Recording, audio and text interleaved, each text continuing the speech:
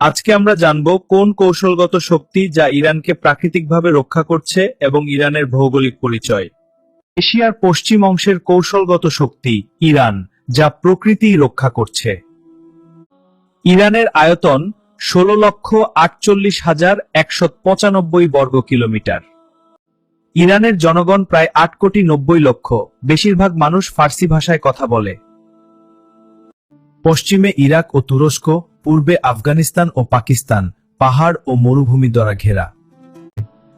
উত্তরে এলবুর্জ, পশ্চিমে জাগ্রস, এই উঁচু পাহাড়গুলো সরাসরি আক্রমণকে প্রায় অসম্ভব করে তোলে।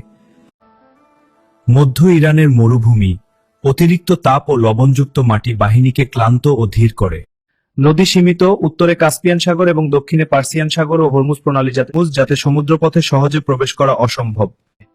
পাহাড়, মরুভূমি, নদী ইরানকে প্রাকৃতিক দুর্গে পরিণত করেছে, সরাসরি আক্রমণ করা কঠিন ও বিপজ্জনক। ইরান প্রকৃতির শত্রুর হাত থেকে রক্ষা করছে এই মহান দেশকে।